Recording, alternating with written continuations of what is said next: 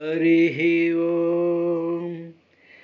ఇది నాకు నలవని ఎరీతి పలుకుదు, ఒకచోటనక నిండి ఉండనేర్తు.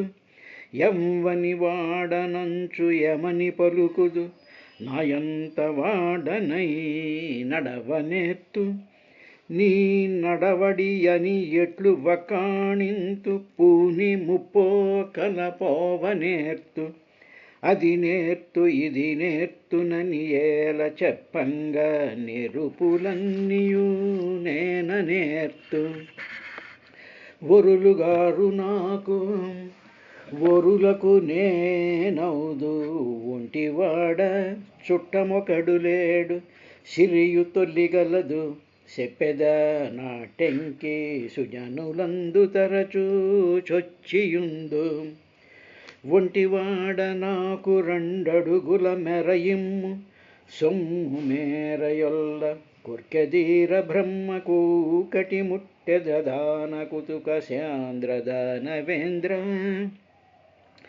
గొడుగో జనిదమో కమండలువు నాకున్, ముంజియో దండమో వడుగు నే ఎక్కడ. భూములెక్కడ కరుల్వామాక్షుల స్వంబులెక్కడ, నిత్యోచిత కర్మమెక్కడ. మదాకాంక్షామితంబైన మూడడుగుల్ మెరయ, త్రోవకిచ్చుటది బ్రహ్మాండంబున పాలికిన్. వ్యాప్తింబొందక వగవక ప్రాప్తంబగులేశమైన 10,000 తృప్తిం చెందని మనుజుడు సప్తద్వీపములనైన చక్కంబడునే. ఆశాపాశము తాగడు నిడుపులేదంతంబు రాజేంద్ర, వారాసి ప్రవృతమెదిని వలయ సామ్రాజ్యంబు చేకూడియున్. కాశింబొందిరిగాక వైన్యగయ భూకాంతాదుల్ నర్ధకామాశన్, పయగనెచ్చిరే మును నిజాశాంతంబులంజూచిరే. హరి ఓం. శ్రీ గురుభ్యో నమః. బ్రహ్మగారి యొక్క దేహం నుండి పంచపర్వాణమగ్రత 5 రకాలైనటువంటి అజ్ఞానత అనేటువంటి వ్యవస్థ కూడా బయటకు వచ్చింది. అది వచ్చిన తర్వాత ఆయన ఆ శరీరాన్ని చూసుకుని, ఇదేమిటిది, మొట్టమొదటి అజ్ఞానంతో కూడుకున్నవన్నీ కూడా ఎందుకు వచ్చేసాయి నాకు అని చెప్పి ఆయన ఆ దేహాన్ని కాయం స అభినందన్, ఆ దేహాన్ని ఆయన ఏమీ సంతోష పెట్టలేదు. కాయం అనేటువంటి దానికి మామూలుగా అర్థం, కాయం అంటే దేహం అంటాం కదా, కాయం అనేటువంటి దానికి ఏమిటంటే చీయతే అవయవైరితి కాయ, అంటే శరీరం ఉంది, శరీరంలో అవయవాలు ఉన్నాయి. ఈ అవయవాల చేత కూర్చబడినటువంటి దానిని కాయము అంటారు. చీయతే అవయవై ఇది కాయ. సరే, ఇది అయిన తరువాత ఆ దేహాన్ని ఎప్పుడైతే ఆ తమో సంబంధమైనటువంటి దేహాన్ని వదిలేశాడో అది రాత్రి కింద మారింది. అంటే ఇప్పుడు మనం చూస్తూ ఉండేటువంటి రాత్రిలో అందరి జీవులు పడుకున్నారు అంటే దాని అర్థం ఏమిటనమాట, అజ్ఞానం, ఏమీ తెలియనటువంటి స్థితి కదా రాత్రి పడుకునేటప్పుడు. అందుకని అలాగే ఏదీ తెలియనటువంటి స్థితి జీవులలో ఈ రాత్రి పగళ్ళల్లో వస్తూ ఉంటాయి. కాబట్టి అటువంటి ఆ ఏమీ తెలియనటువంటి ఆ చీకటిని రాక్షసులు యక్షులు తీసుకున్న తరువాత వాళ్ళకి ఏం జరిగింది అంటే ఆకలి దప్పులు వచ్చాయి. ఇప్పుడు చూడండి, సృష్టి అంతా కూడా దేని మీద ఆధారపడింది అంటే క్షుత్రుభ్యాం ఉపసృష్టాస్తే. ఆ క్షుత్ తర్వాత దాహం, అంటే ఆకలి దాహం అనేటువంటి 2 ఆస్పెక్ట్స్తోనే సమస్తమైనటువంటి సృష్టి కూడా జరుగుతూ ఉంటుంది. ఆకలి వేస్తే అన్నం తింటాం, తింటే శరీరం పెరుగుతుంది అంటే దాహం వేస్తుంది, దాహం తీర్చుకుంటూ ఉంటాం. ఏ జీవిని తీసుకోండి, అన్నీ కూడా ఈ క్షుత్ పిపాస అనేటువంటి దాని మీద ఉంటాయి. ఇవి 2 కూడా మొట్టమొదటి బయటకు వచ్చేసాయి. ఇవి లేకపోయినట్టయితే సృష్టి అనేటువంటి దానికి అర్థం లేకుండా పోతుంది. తరువాత అప్పుడు ఈ యక్షరాక్షసులు బ్రహ్మగారి వెనకాల పడిపోయి ఆయన్ని తినేద్దాము అని అనుకున్నప్పుడు మా మాం రక్షత రక్షత బాబోయరే, నన్ను తినకండరా, నన్ను తినకండి, నన్ను రక్షించండి అని చెప్పి బ్రహ్మగారు పరిగెత్తుకుని వెళ్ళిపోయాడు.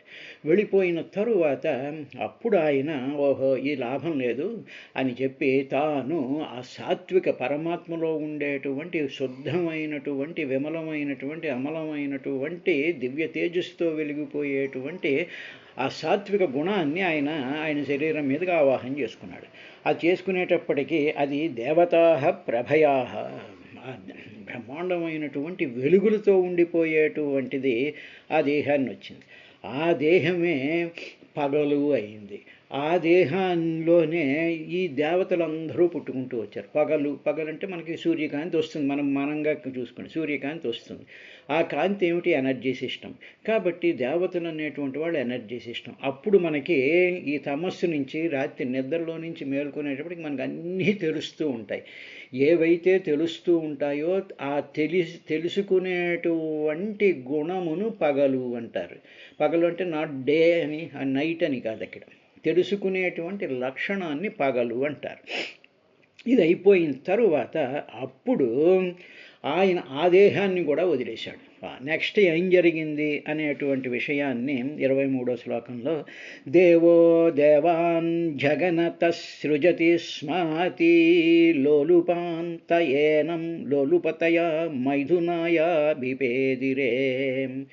ఇప్పుడు మళ్ళీ ఆయన కొత్త దేహంతో ఉన్నాడుగా. ఉండేటప్పటికీ బ్రహ్మగారి యొక్క నడుము భాగం నుండి చాలా భోగాలు అనుభవించాలి, భోగాలు వెనకాల పడాలి అనేటువంటి లాలసత్వం కలిగినటువంటి అసురులు పుట్టుకొచ్చారు.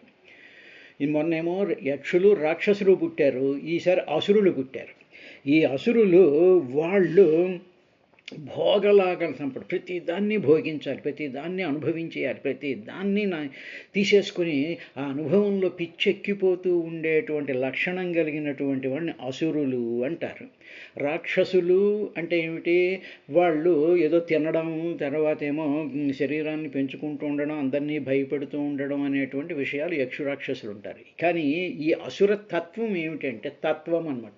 అసురులు అంటే అది ఒక ప్రాసెస్, ఒక ఫినామినా, ఒక స్టేట్ ఆఫ్ మైండ్ అన్నమాట. ఆ స్టేట్ ఆఫ్ మైండ్ అసురత్వము అంటారు. ఆ స్టేట్ ఆఫ్ మైండ్కి ఏమిటి ఉంటుంది అంటే దేవో దేవాన్ జగనః, జగనః అంటే నడుము నుంచి సృజతి, పుట్టించాడు, బయటికి ప్రొజెక్ట్ చేయబడ్డారు. స్మాతిలోలుపాన్ వాళ్ళు ఏమిటి చేశారు అంటే భోగలాలత్వంతో ఉండేటువంటి వాళ్ళు, ఆ భోగాలు అనుభవించాలి అనేటువంటి లోలుపతయ లోలత్వం కలిగినటువంటి వాళ్ళు ఏం చేశారు? మైథునాయ అభిపేదిరేనం. ఆ మైథునం అంటే ఆ రతిక్రియ జరపాలి అంటే మామూలుగా ఏమిటి అంటే శరీరాలు రెండూ కలిసి ఆ రతిక్రియ జరిపి దాని నుంచి ఏదో ఆనందం పొందాలి, ఆ భోగాన్ని అనుభవించాలి. అదేవిధంగా పదార్థాలన్నిటి మీదగా వెళుతూ ఉండి ఆ పదార్థాలతో అవి తినేస్తూ ఉండడం, తర్వాత వాటిల్లో ఒక ఆనందాన్ని అనుభవించడం. అంటే ఇది మైథునం అనేటువంటిది ఒకటే కాకుండా సమస్త పదార్థాల మీద కూడా ఆ కోరిక పుట్టి దాని ద్వారా అనుభవించాలి అనేటువంటి ఆ మానసిక అవస్థని అసురులు అంటారు. వాళ్ళు మైథునాయ అభిపేదిరే, ఆ సంభోగం కోసం అని చెప్పి బ్రహ్మగారి మీద కడిపోయారు ఈ అసురులు. వెళ్ళేటప్పటికి బ్రహ్మగారు ఏం చేశాడంటే తతో హసంస భగవాన్ నిరపత్రపై అన్వీయమానస్తరసా క్రుద్ధో భీతః పరాపతతు. ఆ తర్వాత వాళ్ళు బ్రహ్మగారి మీద వాళ్ళు పడిపోతూ ఉంటే వాళ్ళని చూసి ఈయన నవ్వుకున్నాడు. కానీ వాళ్ళు ఇంకా సిగ్గు లజ్జ లేకుండా ఆయన తరుముకొచ్చేటప్పటికి అప్పుడు బ్రహ్మగారు కోపం వచ్చేసింది. ఏమిటి ఇలా వచ్చేసేస్తున్నారు మీదకి అనేసేటువంటి ఒక రకమైనటువంటి కోపం. తరువాత వెంటనే ఆయన భయము పడి ఆయన పారిపోవడం ప్రారంభించాడు బ్రహ్మగారు. తతో హసన్ తతః, ఆ తరువాత ఈ అసురులు ఎప్పుడైతే పుట్టారో తరువాత బ్రహ్మదేవుడు హసన్ నవ్వేసి అని భగవాన్ అసురై నిరపరపత్రపై తార వాళ్ళు అన్వీయమాస అంటే చాలా వేగంగా వాళ్ళు మీద పడిపోతూ ఉంటే బ్రహ్మగారు పరిగెత్తుకు వెళ్ళిపోతూ క్రుద్ధ భీత కోపం వచ్చేసింది భీత భయపడిపోయి పరాపతత్ పారిపోవడం ప్రారంభించాడు బ్రహ్మగారు. అంటే ఏమిటి జరుగుతుంది అంటే ఇక్కడ మనం జాగ్రత్తగా అన్వయించుకుంటే భోగాలు అనుభవించాలి అనేటువంటి మానసికమైనటువంటి అవస్థతో మనం ఏ దేవుడి గుడిలోకే వెళ్ళామనుకోండి, ఏమండి మాకేమో ఈ భూములు అనుభవించాలి, ఇవి అనుభవించాలి, ఈ ఫ్రెండ్స్తో కూర్చొని సరదాగా కబుర్లు చెప్పేసుకుంటూ చాలా ఆనందంగా గడిపేయాలి, ఆనందంలోంచి మాకు ఒక రకమైనటువంటి తృప్తి వచ్చేస్తూ ఉంటుంది, అదేవిధంగా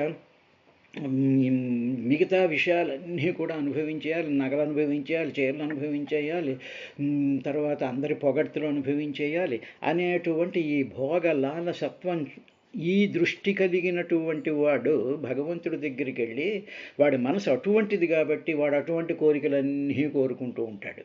ఇలాగ కోరుకునేటప్పటికి ఏం చేస్తాడంటే అప్పుడు భగవంతుడికి భగవాన్ క్రుద్ధో భీత పరాపతతు అటువంటి లక్షణం కలిగినటువంటి మనోస్థితి కలిగినటువంటి వాడు భగవంతుడి దగ్గరికి వెళ్తే అప్పుడు క్రుద్ధో భగవంతుడికి కోపం వస్తుంది, భీత ఆయన భయపడిపోతాడు. ఎందుకంటే వీడు వదిలేటి ఆ విగ్రహానికి అలంకరించినటువంటి నగలు కూడా పట్టుకుపోతుంటారు, ఆ పింకు డైమండ్లు అంటారు, ఇంకోటి అంటారు, ఇంకో కిరీటాలు అంటారు, అక్కడ ఉండేటువంటి నగలు, వెండి గిన్నెలు, చెంచాలు ఒకటే ఏమిటి ఇవన్నీ పట్టుకుపోయి వాటిని అనుభవించేద్దాము అనుకుంటూ ఉంటారు. అలాగే ఆ వరాలు అనుభవించేద్దాం అనుకుంటూ ఉంటారు, ఆ ప్రసాదాలు తినేద్దాం అనుకుంటూ ఉంటారు. ఇలాగా చూసేటప్పటికీ భగవంతుడికి క్రుద్ధో భీత పరాపతతు వెంటనే ఆయన అక్కడ భయపడిపోయి వీడు ఆఖరికి నన్ను కూడా కొరుకు తినేస్తాడేమో అని చెప్పి భగవంతుడు పారిపోతాడు అని మనం అన్వయం చేసుకోవాలి. ఇదేదో కథ అసురులు మనకి సంబంధించింది కాదు, మనకి సంబంధించిందే చెప్తుంది భాగవతం ఎప్పుడు కూడా. ఇది అయిన తర్వాత ఇలాగ భయపడి ఆయన పారిపోయి స ఉపవ్రజ్య వరదం ప్రపన్నార్తిహరం హరిం అనుగ్రహాయ భక్తానామనురూపాత్మదర్శనం సహా అప్పుడు ఆ బ్రహ్మ వరదం ఇంకేం చేయాలి పరిగెత్తి పారిపోయాడు. ఇంక పారిపోయేటప్పుడు ఇంక దిక్కెవరు సర్వస్య శరణాగతి త్వమేవ శరణం మమ నీవే తప్ప ఇతఃపరం బెరుగా ఇంక ఉన్నాడుగా ఆయన దగ్గరికి సహా ఆ బ్రహ్మ వరదం వరాలిచ్చేటువంటి ప్రపన్న ఆర్తిహరం ప్రపన్న అంటే శరణుజొచ్చినటువంటి వాళ్ళ యొక్క ఆర్తి, వాళ్ళ యొక్క దుఃఖాలని, కష్టాలని, బాధల్ని, చింతల్ని, అనారోగ్యాన్ని వీటిలన్నిటినీ కూడా హరించేటువంటి వాడు ప్రపన్నార్తి హరం హరిం. వాళ్ళు ఎవరు అంటే హరి. హరి అనేటువంటి పదంలో ఏమిటంటే the process of that which evaporates, అదనమాట హరి అంటే హరించేటువంటి వాడు. అందువల్ల ఆయన్ని దొంగ అంటారు. తర్వాత చోరాణం పతయ్య అని శివుడిని కూడా అంటారు. చోర అంటే దొంగిలించడం. ఏమిటి దొంగిలిస్తాడు, ఏమిటి బొంగు మనలో ఉన్నది ఏమిటి, మన దగ్గర ఏమున్నా ఒక కారు, ఒక ఇల్లు, లేకపోతే ఒక పెళ్ళం, లేకపోతే ఇది కాదు హరించేటువంటి మనలో ఉండేటువంటి చింతలు, దుఃఖాలు, బాధలు, ఈ భోగలాలసత్వం, ద్వేషం, అద్వేషం, ప్రేమ, మమకారం, ఈ పీకులాట్లు వీటిలన్నిటినీ కూడా హరించేటువంటి వాళ్ళు కాబట్టి హరిహరులు అంటారు. అనుగ్రహాయ అప్పుడు ఆయన భక్తుని అనుగ్రహించడం కోసం అని చెప్పి ఆయన ఏం చేస్తాడట భక్తానాం అనురూపాత్మదర్శనం. భక్తులు ఏ విధమైనటువంటి ఆకారంతో ఆయన కనిపించాలి అని కోరుకుంటారో భక్తానాం భక్తులు అనురూపం వాళ్లకు నచ్చినటువంటి రూపం ఏదైతే ఉంటుందో ఒకడికి శివుడు అంటే ఇష్టం, ఒకటి విష్ణువు అంటే ఇష్టం, ఒకటి అమ్మవారు అంటే ఇష్టం, ఒకటి గణేశుడు అంటే ఇష్టం, ఒకటేమో శారదమ్మ అంటే ఇష్టం, ఒకటి కుమారస్వామి అంటే ఇష్టం, ఒకటి ఆంజనేయుడు, ఒకటి రాముడు, ఇలాగ కొన్ని రూపాలు ఉంటాయి. ఇందులో ఒక్కొక్కళ్ళకి ఒక్కొక్క రూపం మీద వాళ్ళకి శ్రద్ధ కలుగుతుంది, భక్తి కలుగుతుంది. దాన్ని ఆయన చేస్తాడు. ఈ పరమాత్మ ఏం చేస్తాడంటే భక్తానాం అనురూపాత్మ దర్శనం. వాళ్ళ మనసులో వాళ్ళ కోరికకి ఏ రూపంలో కనిపించాలి, ఏ రూపంతో కనిపించాలి వాళ్ళు ధ్యానం చేసుకోవాలి అని అనుకుంటారో అటువంటి రూపంతో దర్శనం ఇస్తాట. ఇప్పుడు బ్రహ్మగారు అటువంటి ప్రపన్నార్తిహరం వరదం హరిం అనుగ్రహాయ, ఆయన యొక్క అనుగ్రహం కోసం అని చెప్పి బ్రహ్మగారు ఉపవ్రజ్య ఆ శ్రీ మహావిష్ణువు దగ్గరికి ఉపవ్రజ్య సమీపించేశాడు. ఆయన వెళ్ళిపోయాడు దగ్గరికి, దగ్గరికి వెళ్ళిపోయాడు. ఆయన వెళ్ళిపోయిన తర్వాత అప్పుడు ఆయనకు నమస్కారం పెట్టి పాహిమాం పరమాత్మాం పాహిమాం రక్షించు రక్షించు అన్నాడు. భగవంతుడు దేనికి భయపడతాడంటే మాకు అన్ని భోగాలు కావాలి, అన్ని సుఖాలు కావాలి, అంత మేమే అనుభవించేయాలి, ఈ అనుభవంలో నుంచి మాకు ఎంతో ఆనందం పుట్టేస్తుంది అని చెప్పి ఆ భోగలాలసత్వం ఉండేటువంటి వాడిని చూసేటప్పటికి భగవంతుడు పారిపోయి శ్రీమన్నారాయణ దగ్గరికి వెళ్ళి, స్వామి ఇలాంటి వాళ్ళందరూ కూడా గొళ్ళల్లోకి వచ్చి ఫోటోలు తీసేసుకుని నానా గందరగోళం చేసేస్తున్నారు కాబట్టి పాహిమాం పరమాత్మాం పాహిమాం పాహిమాం రక్షించు పరమాత్మ పరమాత్మ ప్రేషేణ సృజం ప్రజా. ఇటు నువ్వేమో సృష్టించమన్నావయ్యా స్వామి, నీ యొక్క ప్రేషణేన ప్రేరణ చేత ప్రజను సృష్టించాను. అసృజం సృష్టించితను ప్రభో బాబో మహానుభావ సృష్టించాను. సృష్టించేటప్పటికీ కాబట్టి నీవు పుట్టించమన్నావు, ఇదంతా కూడా చేయమన్నావు. ప్రేషణేన నీ యొక్క ప్రేరణ చేత ప్రాణుల్ని అసృజం సృష్టించేతనే నువ్వు సృష్టించమన్నావు. కాబట్టి ఆ సృష్టిలో మొట్టమొదటి అజ్ఞానం రాత్రి వచ్చింది, రాత్రిలో యక్షరాక్షసులు వచ్చారు, ఆ తర్వాత వాళ్ళకి ఆకలి దప్పులు వచ్చాయి, ఆ తర్వాత వాళ్ళు నన్ను తినేయడానికి ప్రారంభించారు. ఈ లోపల మళ్ళీ నేను ఆ సాత్విక అహంకార స్వరూపాన్ని ధరించిన తర్వాత దేవతలు పుట్టారు. దేవతలు పుట్టిన తర్వాత బాగానే ఉందని చెప్పి ఆ దేహాన్ని వదిలేసి మరో దేహాన్ని ధరించేటప్పటికి భోగలాలసత్వం భోగలంపటం కలిగినటువంటి ఈ అసురులు పుట్టుకుంటూ వచ్చారు. వీళ్ళు నాతోనే మైథునం చేద్దాం అనుకునేటువంటి స్థితిలోకి వచ్చేసారయ్యా. కాబట్టి వాళ్ళు నా మీద పడిపోతూ ఉంటే ఇంకా నేను భయపడిపోయి కోపగించుకుని భయపడిపోతే వాళ్ళ తాకిడికి తట్టుకోలేక పారిపోయి వచ్చేసాను స్వామి. నువ్వేమో ఇలాగా నేను ఏమి సృష్టిద్దాం అనుకున్నా ఇటువంటివన్నీ వచ్చి పడిపోతున్నాయి. కాబట్టి ఓ ప్రభో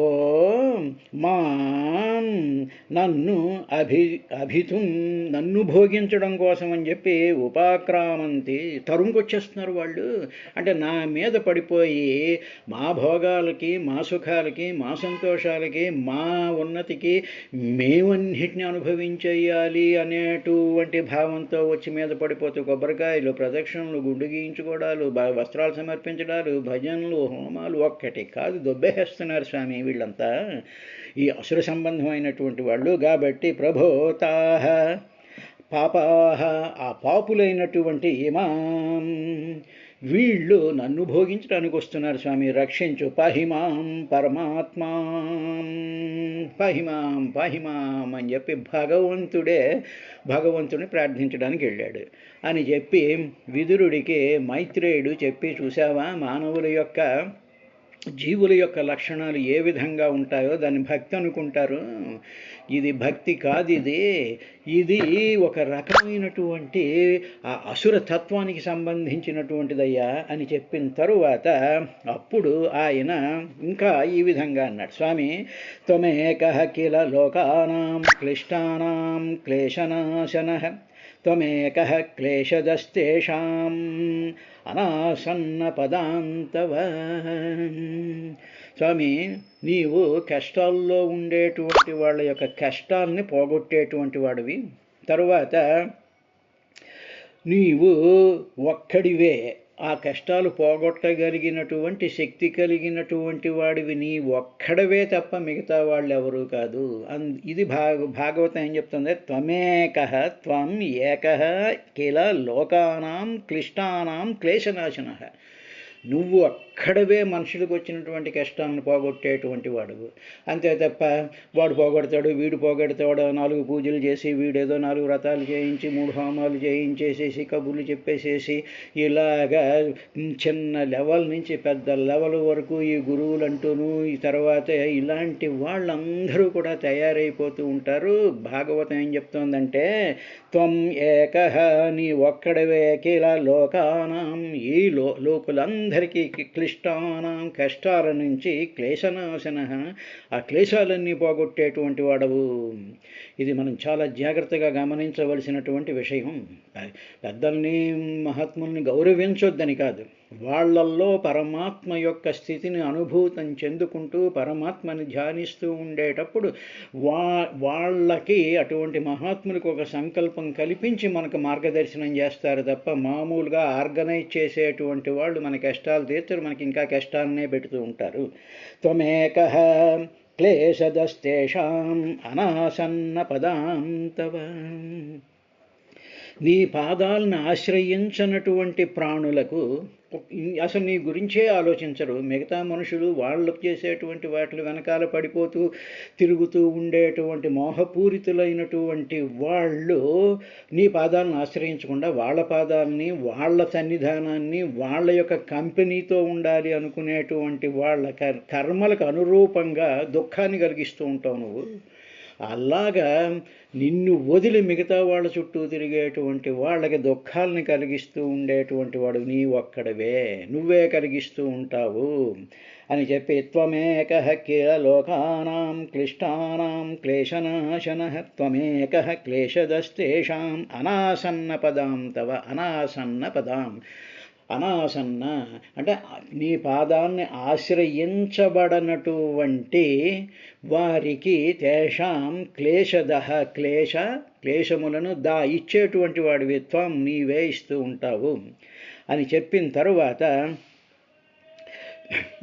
ఈ బ్రహ్మదేవుడు పెట్టినటువంటి ఈ అప్లికేషన్ని ఆయన చూసి సో అవధారస్య కార్పణ్యం వివిక్తాధ్యాత్మదర్శనః విముంచ ఆత్మతనుం ఘోరాం ఇత్యుక్తో విముమోచః. శ్రీహరికి ఇతరుల యొక్క మనస్సుని తెలుసుకునేటువంటి లక్షణం భాగంగా ఆయన చాలా కరతలామలకం. మనం వెళ్ళి అక్కడ విగ్రహం ముందు మనం నిలబడేమంటే వీడు ఎందుకు వచ్చాడు, వీడి మనసులో ఏముంది, వీడు పక్కకు చూస్తున్నాడా, ఫోటోల కోసం వెయిట్ చేస్తున్నాడా, లేకపోతే మిగతా కబుర్ల కోసం వెయిట్ చేస్తున్నాడా, మిగతా ఇంకా రావాల్సినటువంటి వాళ్ళు రాలేదని చూస్తున్నాడా, లేకపోతే వీళ్ళలో ఉండేటువంటి కోరికలు తీర్చుకోవడానికి వచ్చాడా అన్న సంగతి మన చూడగానే భగవంతుడు కనిపెట్టేస్తూ ఉంటాడు. అదే చెప్పాడు శ్రీహరి. ఇతరుల మనస్సుల యొక్క స్థితి అంతా కూడా ఆయనకి కరతలామలకమైపోయినటువంటిది. ఆయన వివిక్త అధ్యాత్మదర్శన. ఆత్మ అంటే ఆ వచ్చినటువంటి వాళ్ళ యొక్క మనస్సుల యొక్క దర్శన, దాన్ని చాలా ఈజీగా చూసేసేటువంటి ఎలా చూస్తాడో వివిక్త, చాలా స్పష్టంగా చూడగలట ఆయన. అటువంటి శ్రీహరి అస్య సో అవధార అస్య అవధార్య, ఈ బ్రహ్మదేవుడు మొత్తుకున్నటువంటి ఆయన యొక్క దీనత్వాన్ని, కార్పణ్యం, ఆ దీనత్వాన్ని ఆయన చూసి ఆయనకి చాలా స్పష్టంచ తెలిసిపోయింది. అయిపోయిన తరువాత అప్పుడు ఇమ్మీడియట్గా ఆయన ఏమన్నాడు అంటే విముంచ ఆత్మతనుం ఘోరాం ఇత్యుక్తో విముమోచః. మొట్టమొదట విముంచ, వదిలిపెట్టాయి. ఆత్మతను, ఇప్పుడు ఏ దేహంతో అయితే ఇక్కడికి వచ్చావో ఆ దేహాన్ని విడిచిపెట్టేశాయి అని చెప్తూ అని ఎప్పుడైతే ఆయన అన్నాడో వెంటనే బ్రహ్మగారు విముమోచ, వెంటనే ఆ దేహాన్ని వదిలేశాడు. ఆ దేహం ఎటువంటిది అంటే ఘోర, మలినమైపోయినటువంటి దేహము. అంటే ఏమిటి, భోగాలు అనుభవించడం అనేటువంటి స్థితి కలిగినటువంటి ఆ అసురులు ఆయన మీద పడిపోయి ఆయన ముట్టుకుని ఆయన గట్టిగా ఇది చేస్తూ ఉంటే అప్పుడు వీళ్ళ యొక్క ఆ అసురుల యొక్క స్పర్శ చేత ఆ బ్రహ్మగారి యొక్క దేహం మలినమైపోయింది, అంటే కలుషితమైపోయింది. సరే, అది బ్రహ్మగారు అసురులు అని చూస్తున్నాం. ఇప్పుడు భోగలాలస్వత్వం కలిగినటువంటి మన మనస్సులతో మన శరీరం ఏమైపోతుందంటే కలుషితమైపోతూ ఉంటుంది. కలుషితమైపోయి మన ఇంద్రియాలు, మన మనసు, మన బుద్ధి, మన నడవడిక ఇవన్నీ కూడా కలుషితమైపోతాయి. దాన్నే ఘోరా. అటువంటి కలుషితమైపోయినటువంటి దాన్ని పరమాత్మ చెప్తున్నాడు. ఆత్మతను, నీ దేహాన్ని, ఇలాగ కలుషితమైపోయినటువంటి నీ దేహాన్ని విముంచ, మొట్టమొదటి విడిచిపెట్టాయి. First of all remove all these desires. ఇవి ఏమీ కాదు, ఈ మనుషులు కాదు, ఈ కోరికలు కాదు, ఈ ఆర్భాటాలు కాదు, ఈ ఆహాకారాలు, కేరింతలు ఇవి కావు నీకు కావలసినటువంటివి. అటువంటి దేహంతో నువ్వు ఏ పని చేసినా మొట్టమొదట ఆ దేహాన్ని వదిలేయి. ఇక్కడ దేహం అంటే ఏంటంటే శరీరాన్ని వదిలేయమన్నాడా అండి అంటే శరీరాన్ని కాదు. అక్కడ శరీరం 3 శరీరాలు, స్థూలదేహం, సూక్ష్మదేహం, కారణదేహం. సరే, కారణదేహాన్ని పక్కన పెట్టండి. సూక్ష్మదేహం అంటే ఏమిటి? మనసు అని అర్థం. ఆ మనసులో ఏముంది? భోగలాలసత్వం ఉంది. కాబట్టి ఆ భోగలాలసత్వం అనేటువంటి సూక్ష్మ శరీరాన్ని వదిలేసాయి. ఈ దేహం ఏమిటంటే దేహం కలు శరీరం ఆద్యం కలు ధర్మ సాధనం. ఇది ధర్మం చేయడానికి స్థూలదేహం. కానీ సూక్ష్మదేహాన్ని వదిలేసాయి అని చెప్పేటప్పటికీ బ్రహ్మగారు ఆయన యొక్క దేహాన్ని వదిలేశాడయ్యా అన్నాడు. అన్న తర్వాత ఇంకా ఏం జరిగింది అనేటువంటి విశేషాన్ని రేపటి కార్యక్రమంలో చూద్దాం.